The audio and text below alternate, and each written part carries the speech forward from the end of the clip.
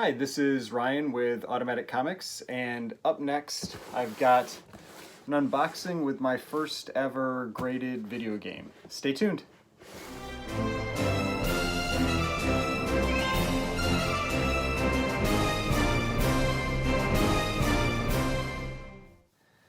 Alright, so before we get started, please remember to hit that like button and hit the subscribe button if you'd like to see more content like this. Before I get started, I want to thank everybody that watches and comments and likes the videos. I really appreciate it. I love talking about this stuff. I also want to thank my brother-in-law for getting me the ring lights so that I can film outside of daytime. So I actually have sufficient lighting. So that's I really appreciate that. So like I mentioned, I've got a different type of unboxing here today. This is there is actually a comic in here, so I'll show that too. But it's a comic, and it's also one graded video game. And the graded video games, I grew up in the 80s and 90s. I played a lot of Nintendo and Super Nintendo, and so I think it's an interesting kind of collectible that's really started to pick up recently. I think it's kind of a cool thing to look at, and just something I've been starting to look into a little bit more to kind of see what it's like buying these games, how to price them, and they are, I got to tell you, they're a little more complicated than comics, at least because with comics, you're looking at these, and you've got key characters, first appearances, covers, that kind of thing, and with some work, grading can be fairly understandable, and you know what you're getting with respect to prints and everything pretty easily.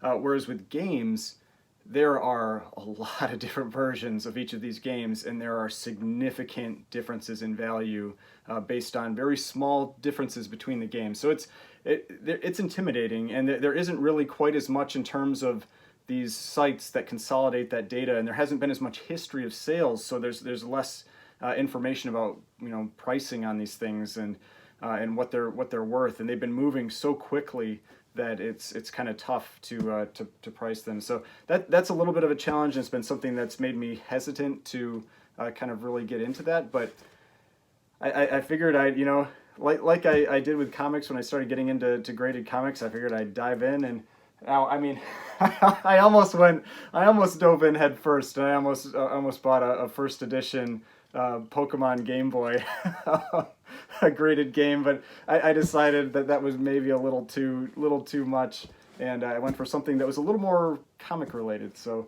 I'm gonna open this box, and then we'll see what this game looks like.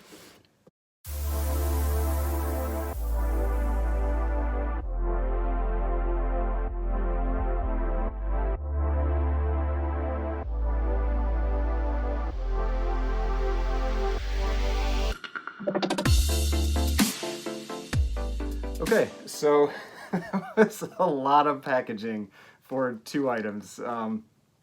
It was I was surprised when that box showed up. I was just like that. It felt a little excessive for what's in there, but I'm always happy to make sure that things arrive safely. I figure maybe I'll show the comic first, so we'll kind of see that. So I'll get into this comic.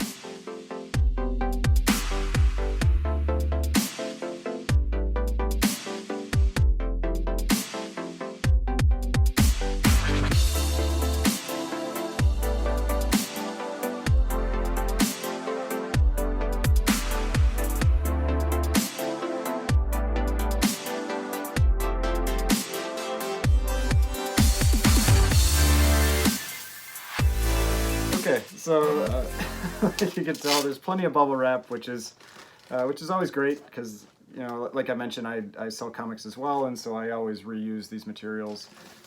Even the packing peanuts, even though I know people don't always like getting those.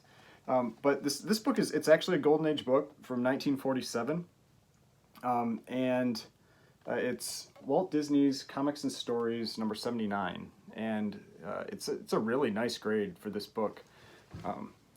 So it's it's an 8.5 off-white pages, which again from 1979 or 1947 is pretty crazy. I think it's a cool cover. You've got Donald Duck and Huey, Dewey, and Louie, right on the cover, and it's real sharp. I always really like these kind of Golden Age books with certain colors, yellows, and I don't know if it's just because of Golden Age or what, but yellows always look, real sharp. They pop real well, so do reds, and so that title, that title page or cover looks real sharp with it. On the back, it's a real clean copy. Obviously, 8.5. So, so yeah, just a book that I picked up along with this game. Now let's get into this game.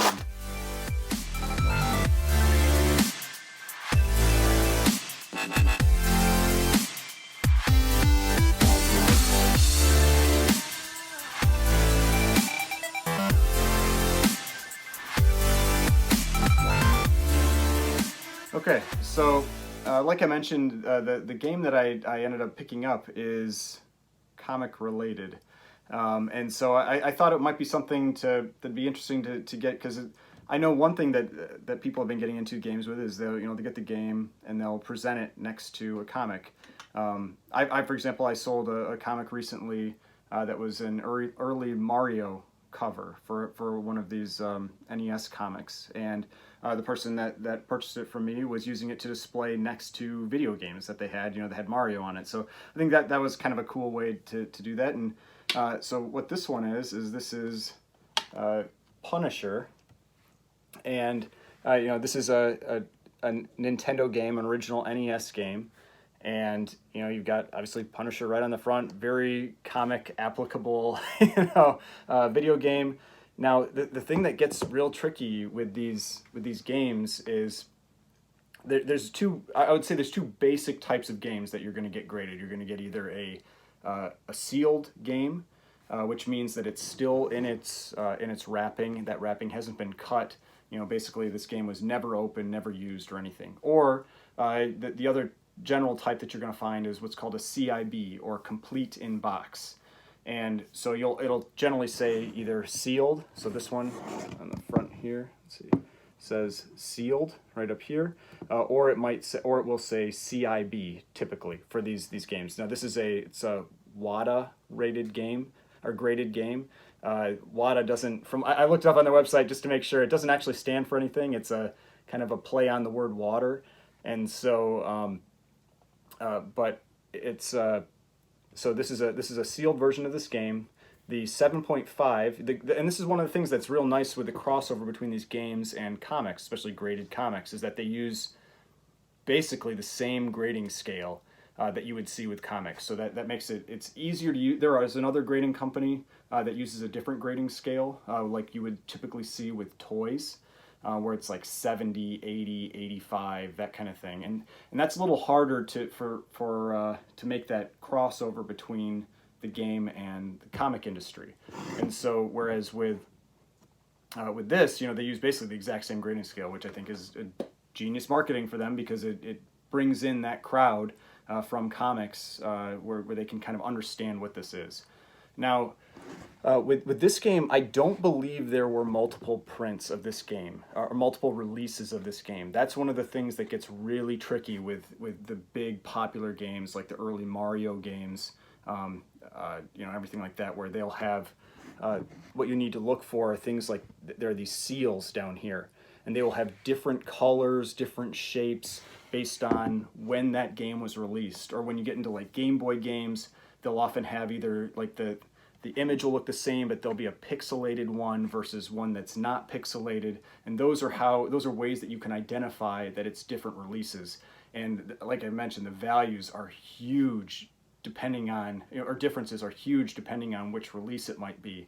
And so it is very important to know what you're buying, and to not just randomly think like, oh, that's Zelda. That's the first, and I'm just going to buy that game, and that game's, I saw one sell for this. You could be buying a later release that's worth a fraction of what that early release or first release game is. And so it is really important to understand that, and before you really kind of dive into these games. Because I saw people talking about this on Instagram, and there were people that were you know, as these games have started appearing on different, you know, kind of auction sites like Heritage, and I think Comic Link sells them now, and I think Comic Connect, you know, that where they were, you know, they were buying these games and not realizing that, and you know, those can be some very expensive mistakes. There are also much later releases of a lot of those big games where they're called like the classic editions, and it'll have like red text on the top that says classic edition. You know, those are worth much less than the originals. So it's just things to be aware of. Now, like I said, they've got, it'll have a grade up here. And so this one is graded at a 7.5, and that's what that's dependent on is they'll, you know, they'll look at, you know, the outside of the box, and they'll look at the corners and the edges, and you know, what type of damage that, you know, that box might have taken. So it's similar to a comic, you know, it's how does it display externally. Then you also have the grade for the seal.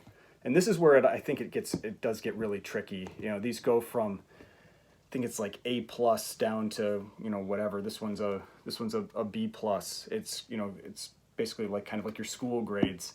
And I am not familiar enough with these to really know what the difference is between, you know, A+, A, B+, B, C, you know, those different grades.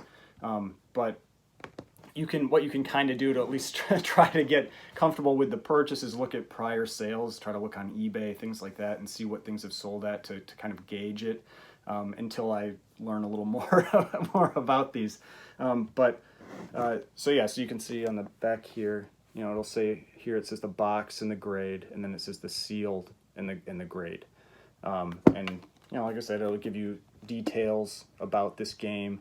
And so a lot of times, you know, when you have multiple releases of the games, it'll say whether it's the oval stamp or the circle stamp or no stamp or those kinds of things, whether it's the USA print or the Japanese print or the Canadian print. And that's where it, like I mentioned, it gets real tricky because there are a lot less sealed games out there than there are comics. And so pricing them gets very difficult. So it's just something to, you know, be cautious of if you're trying to get into this. This was a pretty low risk purchase. It wasn't all that expensive, and you know, I brought my one of my ASM 129s with it, and I thought, you know, you got these too. It'd be something that'd be really cool to kind of display next to each other, you know, on a, you know, back on like a stand or something like that. And so, and kind of the nice thing about these cases, you don't even really need a stand for it. They're wide enough that they stay up on their own. So, but yeah, just something I thought was, you know, kind of a cool comic crossover with video games.